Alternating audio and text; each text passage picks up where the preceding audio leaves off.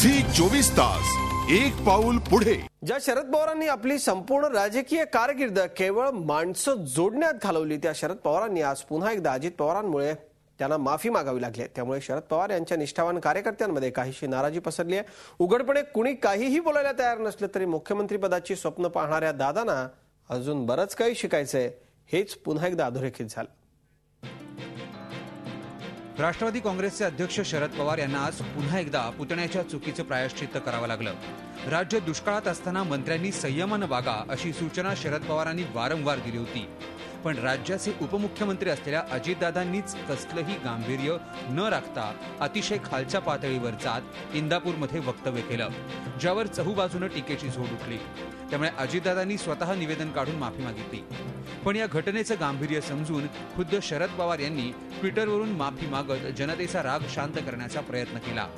पण वारंवार अजित पवारांकडून होत असलेल्या चुका साहेबांना सावराव्या लागत असल्यानं त्यांचे निष्ठावान कार्यकर्ते मात्र नाराज आहेत। साहेबांबद्दल जेवढं बोलावं तेवढं कमीच आहे। साहेब साहेबच आहेत आणि साहेब आजही आपल्याला पाहायला मिळतं की आजही ते प्रत्येक ठिकाणी दौरे करतात, प्रत्येक ठिकाणी कार्यक्रमाला जातात। सगळ्यांपेक्षा जास्त काम करणारा जर कुठला नेता असेल तर ते माननीय पवार साहेब। अजित पवारांनी यापूर्वीही लातूरमध्ये प्रसार माध्यमांवर अतिशय खालच्या पातळीवर टीका केली होती, त्यावेळीही साहेबांना मध्यस्थी करावी लागली होती।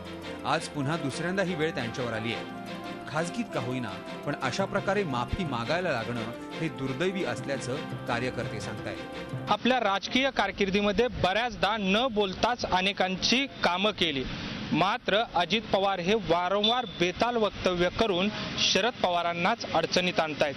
त्याचमुळे मुख्यमंत्री पदाची स्वप्न पाहणाऱ्या दादांना अजून बरंच काही शिकायचं आहे, अशीच भावना सर्वजण व्यक्त करतायत। झी 24 ताससाठी कैलास पुरी, पिंपरी चिंचवड।